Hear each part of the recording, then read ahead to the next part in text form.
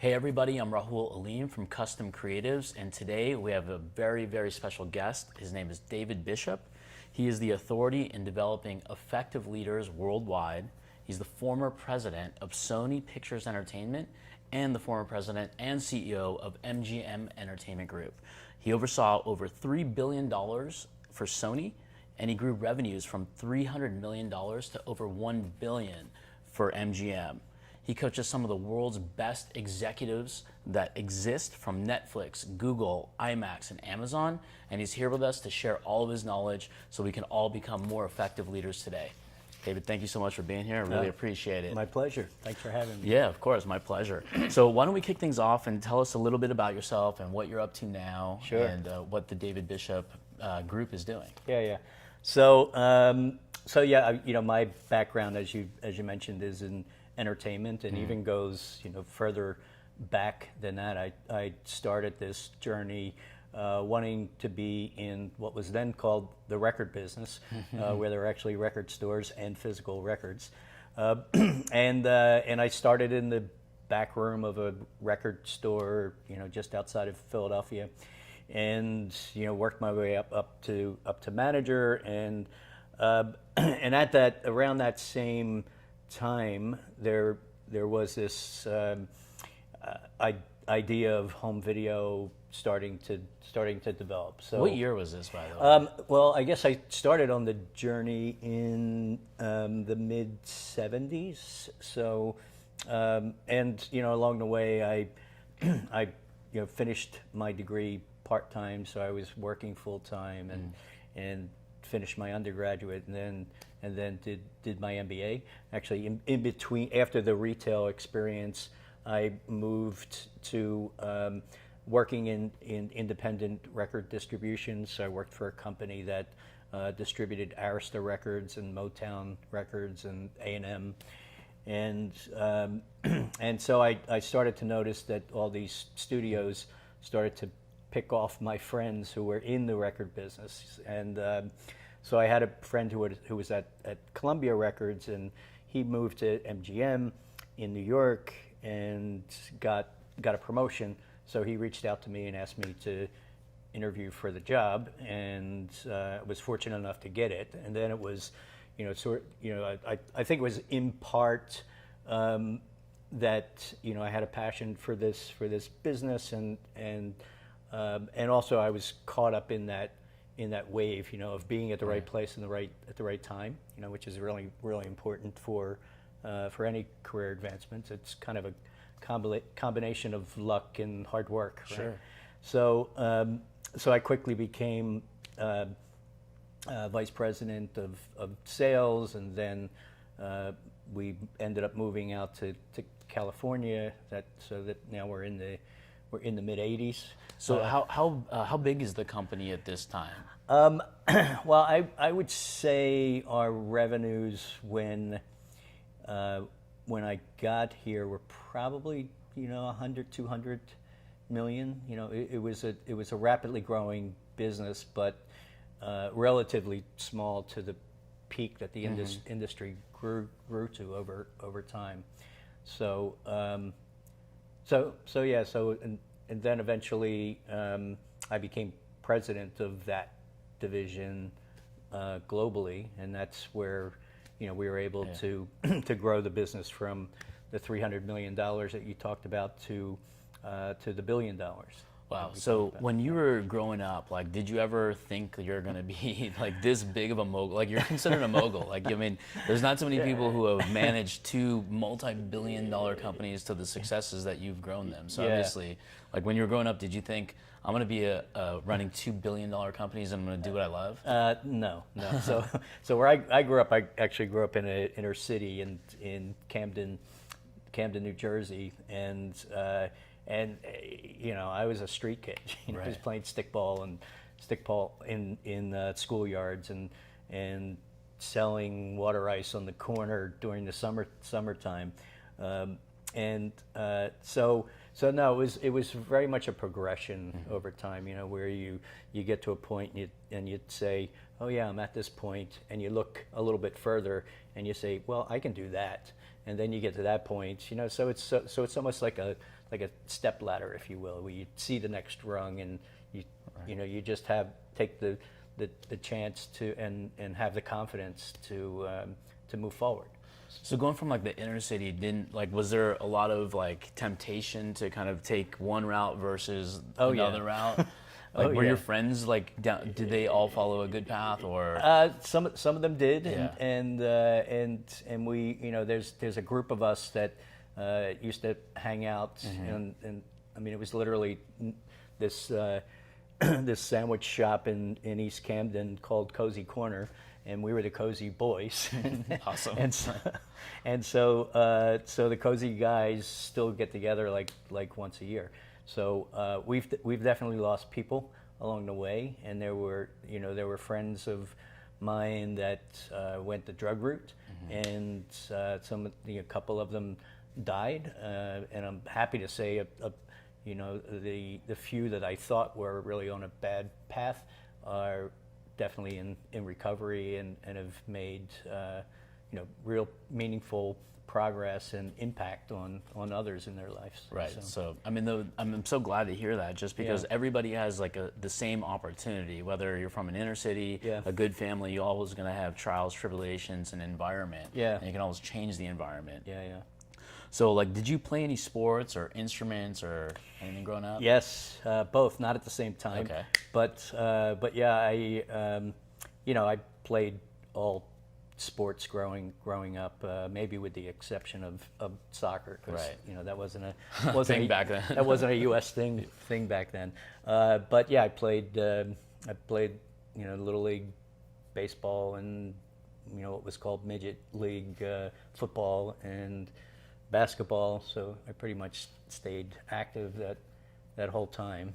So you mentioned before you are a Eagles fan. Yeah. So congratulations on the Yeah. championship. Yeah, thank so being from New Jersey, did you grow up like liking the New Jersey teams or the Philly teams? Well, there aren't really any New Jersey teams. So really the way that New Jersey is situated, it's really you're part of the major city that you're near, right? So in my case, Camden is literally 5 miles from Philadelphia. Right. So that you're part of that community. Sure, All the news broadcast is from Philadelphia, but includes all the South Jersey activity, and the lines become blurred Sure. when you start to get up to as far as Princeton or Trenton, and then you find people who are Phillies fans and people who are Mets fans, and so that's really kind of the line of demarcation, I guess. It's almost like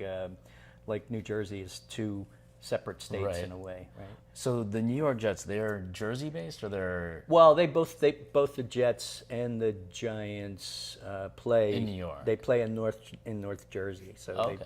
they both play in the Meadowlands. So, but yeah, the center of that team is really both those teams in New York and North Jersey. I met Joe Namath once. I got to hang out with him Did you? for a full day. Yeah. A full day? A full day. I used to Wow. intern at a sports agency that represented him. Oh, wow. They represented retired athletes. So it was really cool being like 18 years old and hanging out with Yeah. him and Muhammad Ali, who I have back there. Oh, wow. Muhammad Ali handed that to me. Wow. Yeah. So Wow. That's yeah, fantastic. it was pretty cool back then. So are there any like childhood memories that still, like from a business perspective, still drive you today? I was actually just thinking of that, and I guess when I look at what I did as a kid, even as like 8 or 9 years old, I was always in business in a way. Again, me and my friends used to borrow money from our parents, and we'd get a wagon, and you could have a guy like drop a keg of water ice to your door, and you put it in the wagon, and you get up early in the morning, try to get the best corner, which in my case was in front of the Woolworths at Federal Street and 26th Street, and so I think there was a part of me that was sort of always hustling in a way, and always and was scrappy in a way, right?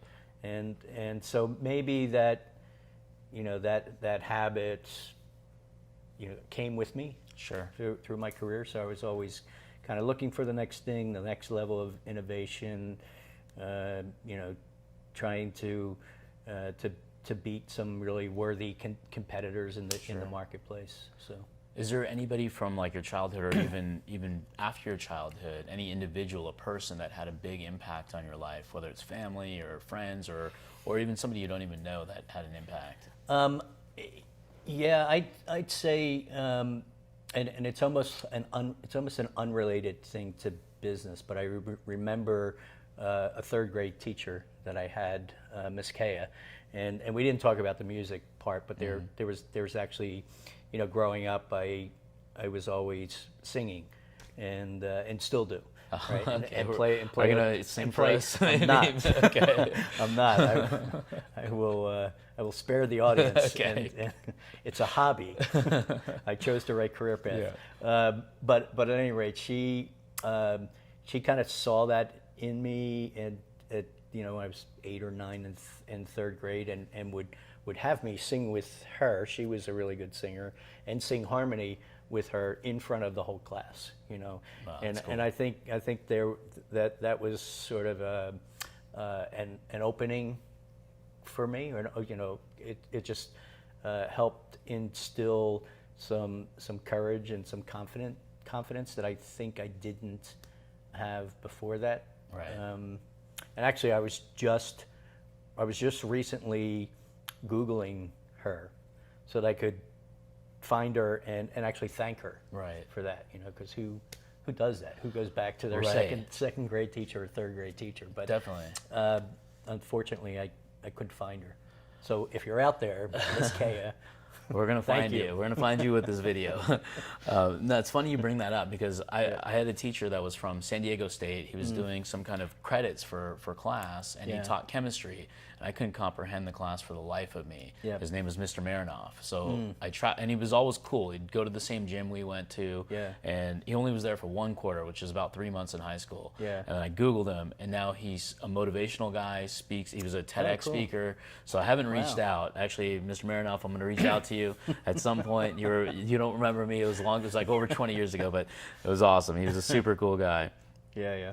I mean, it's crazy. I mean, like, we already asked this question, but like, I Yeah. mean, you've run $2 billion companies. Like, do you ever look back and think like, wow, like how many people do you think you've impacted indirectly or actually directly, because you may know that? Yeah, yeah. I mean, you know, I mean, we haven't talked about this, but you know, there was an experience I had early in my career. Actually, it was when I was managing that record store. Now this one was in Center City, Philadelphia, and I had this experience where, you know, I was new, and I made a mistake that I think a lot of leaders make, is that they think it's kind of all about them, and it's all about their ideas, and the people that they have working for them are really there to execute those ideas.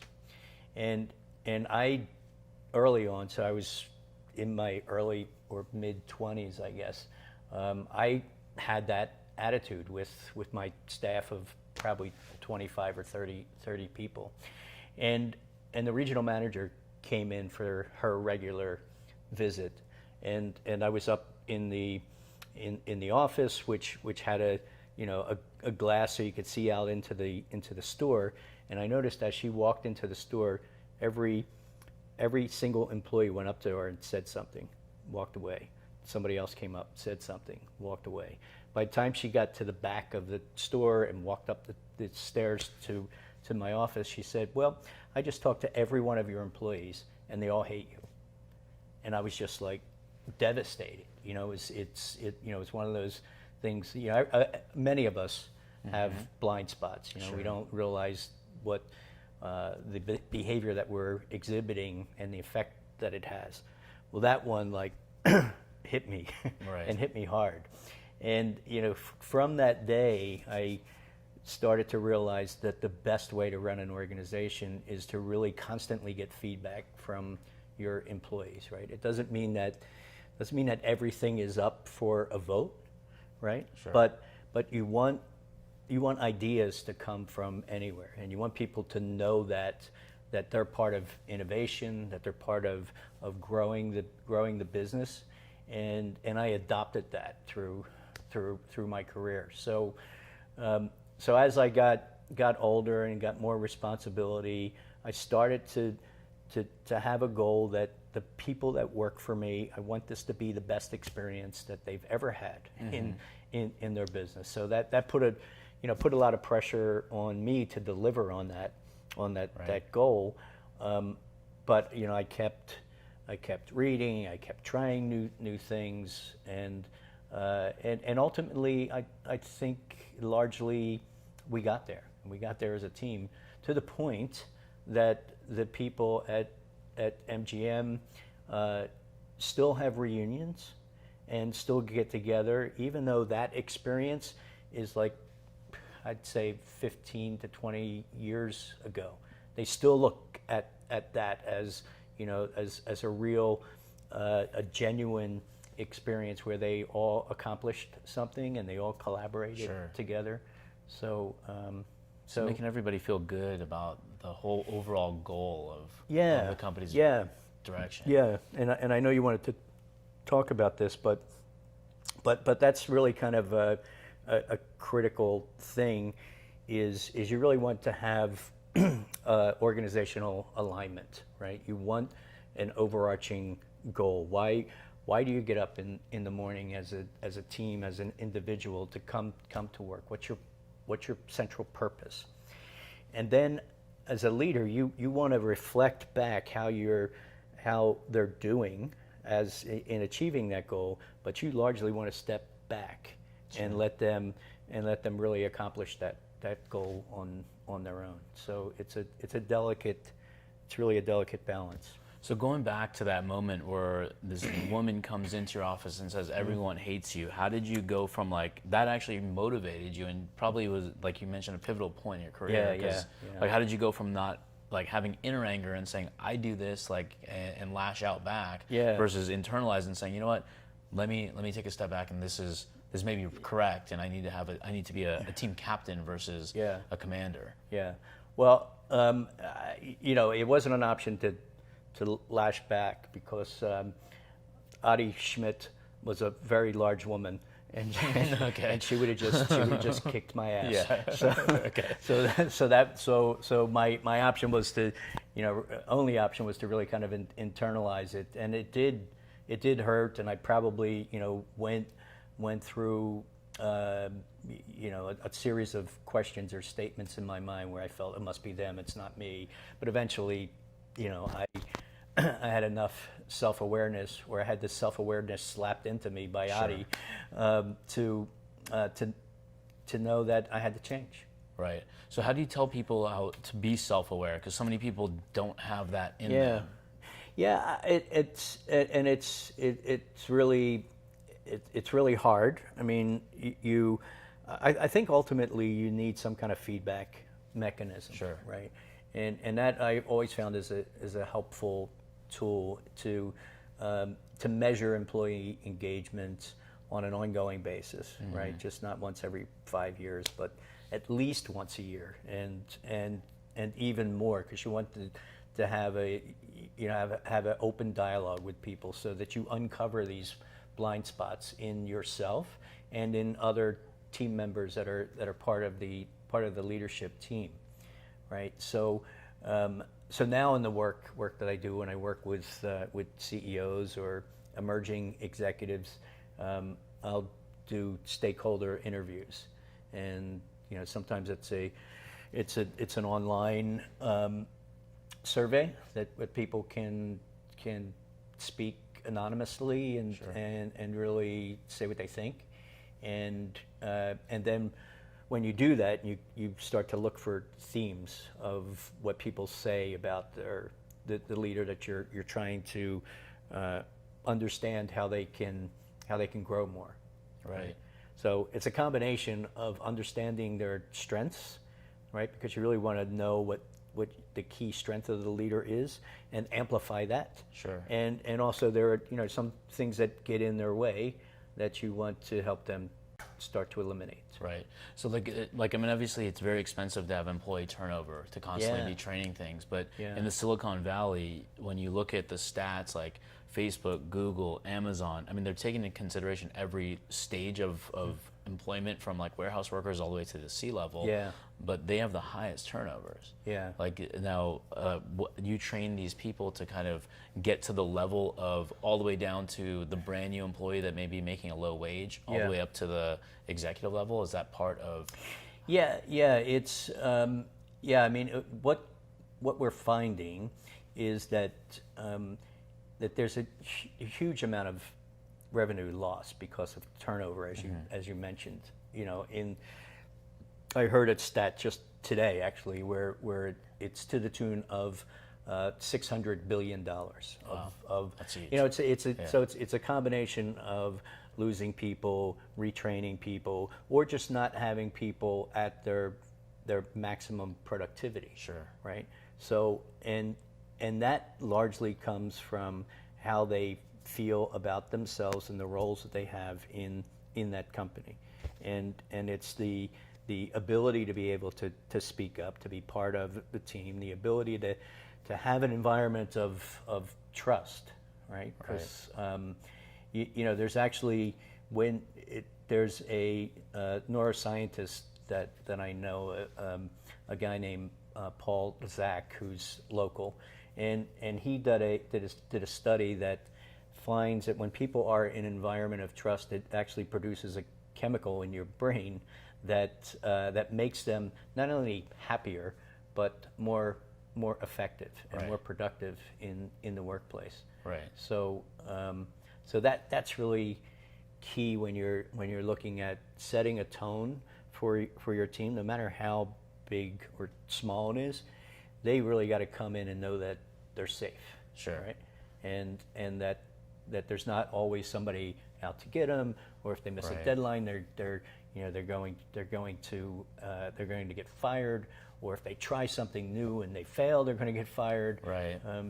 You know, at Sony, we used to celebrate mistakes. Right. We would have when we had our quarterly all hands meeting, we would try to find on a worldwide basis the thing that absolutely failed miserably, and then celebrate that. Okay. You know, and say, and you know, not that we're encouraging Right, people right, just right. to run around and fail, but you know, that's where innovation comes from, right? So so you would look at that and say, okay, this is what they tried, and the one that comes to mind is a retail promotion. Our team in Japan tried, and just was awful, lost money, and then we would open it up and say, okay, what did we learn from this, and what elements of this, you know, did work that we can Right. you know, use in Japan or in any other country around the world. So taking that kind of mistake and celebration of mistakes, because like my dad has also mentioned that, like, celebrate the mistakes. You Yeah. got the greatest education there. Now you don't do it again. Yeah. But how, like, when you're a lean startup or you're pre-funding and your money is on the line, and Yeah, a yeah. mistake like that is impactful to your dollars. It's kind of like a lot of owners will look at it as their own money out of their own pocket. Yeah. How do you train them and change their brain to think like, hey, this is innovation. We're on the right path. Yeah, and there is a. It's funny you bring up startups, because I just did a speech in Vienna to 200 CEO founders and some venture capital people there, and there's a tremendous amount of pressure on those people, on those CEO founders, because, you know, like you said, they're early in the process. They have, you know, sometimes people that they know who have invested in their company. So failure is a really scary thing for them, but it's those people that can navigate that failure and accept the fact that they are going to make mistakes along the way, and then change from it. I'm trying to avoid the word pivot, because it's Sure. the overused word Right. in Silicon Valley, but it's really about, you know, exploration, failing, trying a new path, and that's how they can get to market and develop a product or service that Right. really works. Now, so like, can you give a couple traits that just line item traits maybe that what makes an effective leader? Yeah, well, I mean, what's coming out more and more, and it's sort of a continuing theme of what we talked about. You know, one, there's not a personality type that you have to fit into to be an effective leader. But what's coming out more and more is you do need to develop what I call essential skills. Some people call them softer skills, which I hate because it kind of diminishes the importance of these skills. But it's things like empathy, adaptability, 360-degree thinking, intellectual curiosity. I mean, these type of emotional intelligence, developing that emotional intelligence, is showing that it's one way to create this kind of atmosphere of trust that we talked about earlier, and the research is showing that these types of leaders are financially more effective than those that are not. So Right. there's research that came out of Korn Ferry that looked at leaders who were self-aware, and it turns out that their return on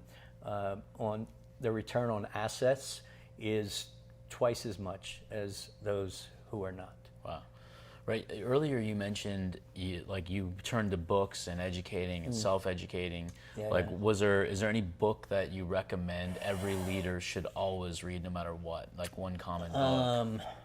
Yeah, I don't know if it holds up now, but there was a book, and the author's name is Peter Senge, and the book was called The Fifth Discipline, and he talked about this concept of creating a learning organization, and I ended up studying with him for a bit. I went to MIT for a brief course, and really learned a lot about that approach.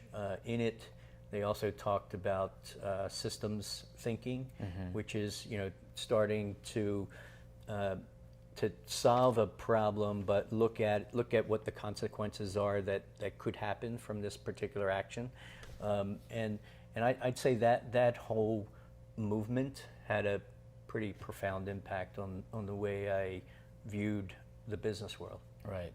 So going back to your professional career, like how did you make the transition from being like a global leader, executive, dealing with so many millions of people, then going to like leading leaders? Like now you train and coach leaders. Yeah, and that was a pretty hard transition, actually. I mean, I knew I wanted to do it leading up to it. Everything comes to an end, and the business that I was in was being disrupted. So we were always moving from growth to plateau to growth to plateau, and suddenly I realized, okay, the growth is gone, and it started to become more about closing offices and laying people off and telling people everything's going to be all right. Sure. And that was fine for a while, but then I knew I had to do something that I was more passionate about, and that's when I started thinking about, okay, well, there are a couple things that I felt over my career I was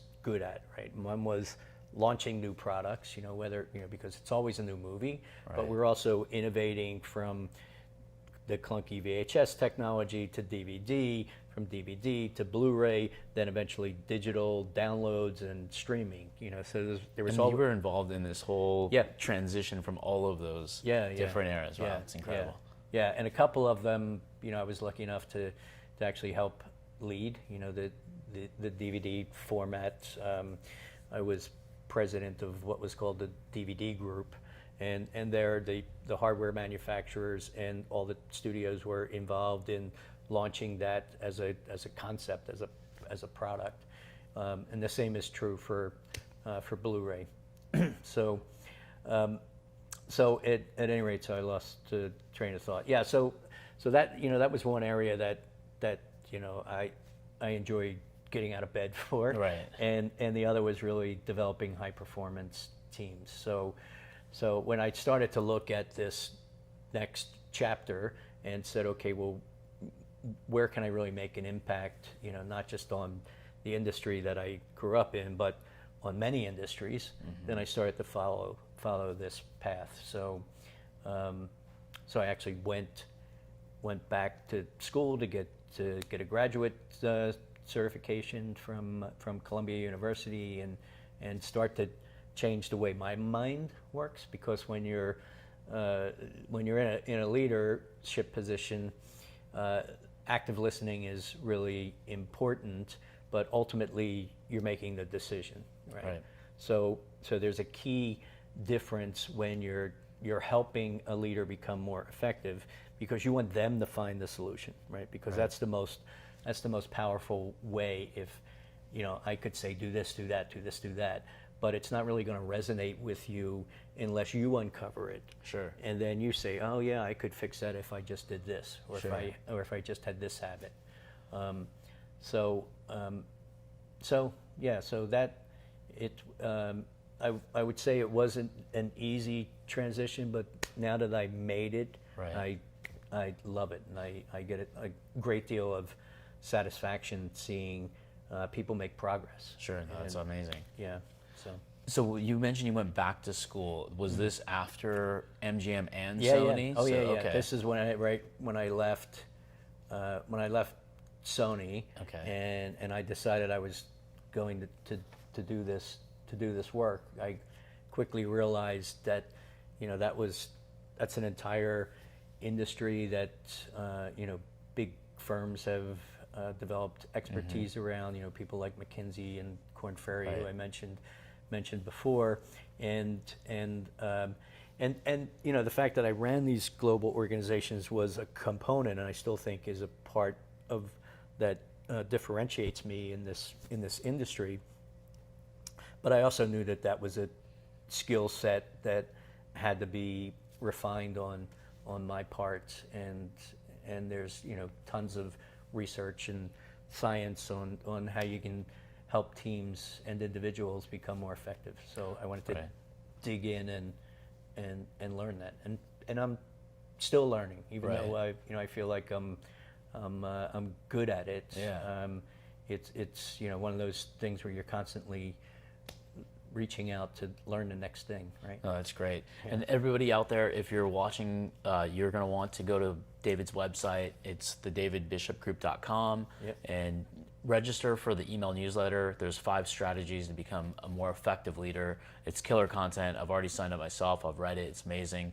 And speaking of which, I want to transition into the invisible leader. Yeah, sure. That was I love that concept. There's 4 levels of leadership. I love the first one. Yeah. Yeah. So the notion of the invisible leader is really kind of what we talked about before, and it's so there are different types of leaders, and I hope I get them all right. But there's a type of leader who's really effective, can get things done, but people fear him, right? And then there's the leader that is always out there and out in front with people, and it comes back to that concept I talked about earlier, where people are largely executing that leader's ideas, and that too can be effective. And then there's the concept that I talked about in the blog that I wrote called the invisible leader, where people say, we did this, right? And the leader is almost in the background. That to me is the most powerful. And if you're looking to have an organization that stays together, that doesn't have turnover like you talked about earlier, that's the best way to do it. Because when people feel that they have ownership in what happens and what will happen, then they're more likely to stay longer. Right. Yeah. So it's almost like an owner of a franchise team. The players may not know the owner, but they're passionate about building the team and win the championship and whatnot. And conversely, that that owner is setting a tone, whether it's spoken or not. Right. Like, how do you get somebody who is not necessarily, I mean, they're very good at what they do, they're really into their company, but they're just not likable? Like, do you step away and say, like, hey, this guy's not the right type of person to become a leader? Or do you convince that person to say, hey, you may be very good at growing sales in a sales organization, you need a leader? Yeah. Well, so I just want to make sure I have your question right. So is it someone who's in a leader position who is, you know, really effective or really smart, and but they just can't or won't play nice with others? Yes. Yep. Okay. So that person either, you know, gets the ability to change, and it could be the same process that we talked about, where they get feedback from others, they get presented with it, and they have an opportunity to change, or they get fired. Okay. and that's kind of that's sort of the toughest part, because you know, I used to have this speech where we talked about kind of the four types of employees, right? There's the one that's collaborator, a team player, and gets really good results, right? That's pretty easy. That person gets promoted, right? And then there's the other one that's just not a team player and not getting results. That one's pretty easy, right? That one, they get fired. Right. Right. And then there's another one who is a team player, but they're not getting good results. And those people we kind of double down on and help them become more effective. And you put all the resources you can to help them grow. Right. And then there's that high performer who people just can't stand. Right. Right. And that's tougher, because they're, you know, smart and maybe revenue generating, but that's the person where you just have to show them the door. Right. Because it will contaminate the whole organization if you don't Right, do that. right. That's great. So when you're working right now with USC, do you have like an online? Is it an online program? It's a lot workshops. Like, Yeah, how is that? it's workshops. We're actually looking to build an online component of it. So actually, I have a workshop on Thursday. So I'm glad you didn't move this to Thursday, because I forgot that I have an all day thing at USC. So there we have 50 executives coming in, and we're taking them through each of these 5 attributes that we're promoting through third space thinking, and so I'm actually doing a 1-hour session with them on empathy. Okay, good. And just how you can get on the path to become more empathetic. Because if you're building this foundation of trust within an organization, being an empathetic leader is a huge component to make that happen. So we're gonna, you know, I'll talk to them about it, but we find in these workshops that experience is the best teacher. So we'll actually take them through an empathic interview process, where you help them learn how to be more of an active listener. Sure. And so it's, you know, just one step of creating that habit and refining that skill, but it will show them, it'll open them up and show them that that can be learned. Right. Yeah. So most of the audience that I talk to and work with on a very regular basis is like, when I have a direct level, it's small business owners. Yeah. But then on a different level, I partner with other agencies, and these guys are 7 figures going on to like maybe get to 8 figures very shortly, and they've done it through their own like brute force, and now they're kind of ready to like saying, hey, let me learn leadership, let me learn like how to actually run a cultural company. A lot of them are very naturally gifted and good at it. I work with a couple guys that are insanely awesome to work with, and you can see the culture. The people are not going anywhere. But how does somebody apply to the USC program that you're referencing, or is it open to anybody, or is it hand selected by you guys? Well, yeah, it's open to anyone. We have workshops throughout the year. You know, there's also the ability to have workshops done at your business. if you cool. want to do that. But yeah, as we talked about earlier, especially in the in the startup world, and that the same is true for the businesses you're talking to who are going through some stage of growth. When you're a small team, the things that you have to work on are much more tactical, right, than they are when you're a large team.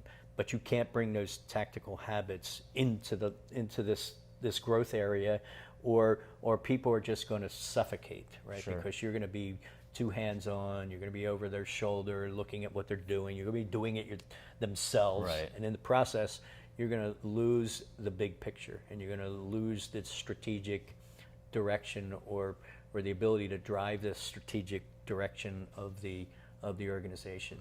And that, it's like any muscle that you're trying to develop. You need to, you can't just go to the gym once. Right, that's a good analogy. I like that. You got to keep coming back to Right. it, and then you're going to fall back into the old habits, and Right. and just lay on the couch and watch Netflix and not go to the gym, right? So, Right. so that's what we're after. So you also, I mean, you're shaping their mindsets. I mean, to kind of fall out of those habits. Yeah, that's really kind of what it's about, and what all the research is showing is that these habits that get ingrained in your mind are changeable, right? So it's not like there are certain things that you're born with, and that's part of your DNA. But there's a lot of of how we act that is changeable. Now, do you have a morning routine that you follow, like from the moment you wake up at a specific time and go through a routine at all?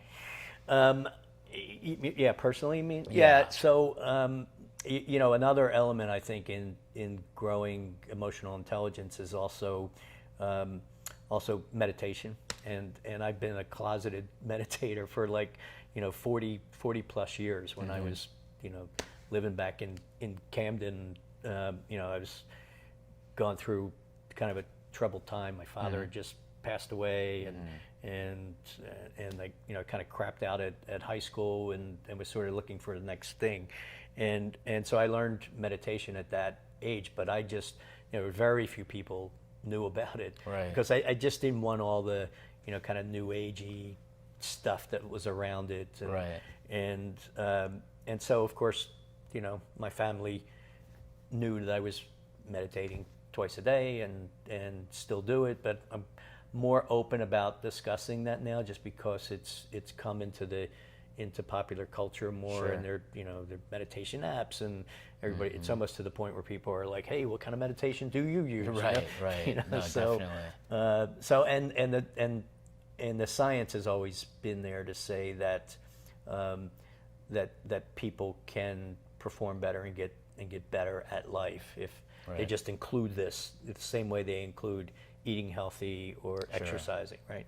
So that's a long-winded way to say that when I wake up in the morning, that's the first thing I do is I do 20 or 30 minutes of meditation, and I work in, have an exercise routine that I do sometime in the morning. Sometimes it's sort of mid-morning, but Right. Try to get those two things out of the way, and then get to work. Yeah, no, that's a big thing right now, is everybody talking about morning routines, getting pumped for the day, getting your mind right. And I started meditating, and I was thinking, like, someone told me about an app, I forgot what the name was, like Headspace. Headspace, yeah. And I downloaded it, and I tell all my friends, like, oh my God, this is the coolest thing ever. I just close my eyes, and like your mind wanders and you bring it right back. And in business, it's so easy to get through 6 p.m. and you're thinking, what have I accomplished today? Yeah. If I documented my process, I may have got only maybe 40% of the stuff I should be doing and 60% junk. Yeah. So that's why I like the meditation side of things as well. Yeah. Good for So you. if there's any entrepreneurs out there that want your help, like what would be the best way to get in touch with you? Yeah, I mean, if you go to the website, if you go to the davidbishopgroup.com, there's a way to reach out to me via email, and I'll get it and Awesome. and respond to you. Obviously, I'm on LinkedIn as well. So you can look up me on LinkedIn. You message me that way. I end up meeting a lot of clients that way. So whether it's again, whether it's people in the startup world, they have these new ventures, or they're at a point of growth. But I also do corporate work as well. So I'm working with nationwide. Actually, just had a national sports organization reach out to me, and I'm working with their executives. So it's a pretty diverse group that I'm working with. So if there are leaders out there and they're looking to become more effective, or they want help in having their teams become more effective, I'm there to help. Do you ever speak at conferences? And like large, like digital marketing or other types of conferences where you're in a huge group of like entrepreneurs? Yeah, well, the thing in Vienna I told you about, they were actually. Okay, so we talked about the website already. Yep. And we talked about the workshops. And I'll just end with, I would just have like an ending thing. Tell me whatever. Go ahead and do your thing. You're good. We're good? Okay, cool. Okay. So I'm going to start over again because I was looking down there. Yeah. Okay. Just get you reframed there. Okay, we're good. We're good. So David, I got you a gift, but unfortunately it's not here. It didn't arrive. So it's not going to be a weird gift. You're going to like it. But we have to snap a few pictures of your profile to make it actually perfect, because it's something that's three-dimensional. It's a physical product. Okay. But I'm excited and scared at the okay, same time. You're going to like it, I promise you.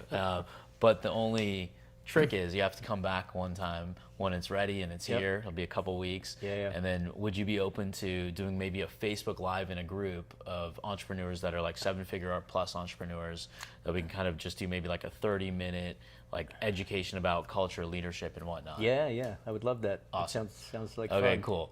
All right, well, guys, you've heard it here. One of the greatest of all time, leadership skills. When you've built 2 multi-billion-dollar companies and you train people from Google, Netflix, IMAX, and Amazon, you can't go wrong. Thank you very much, David. I really appreciate it. My pleasure. Thank you.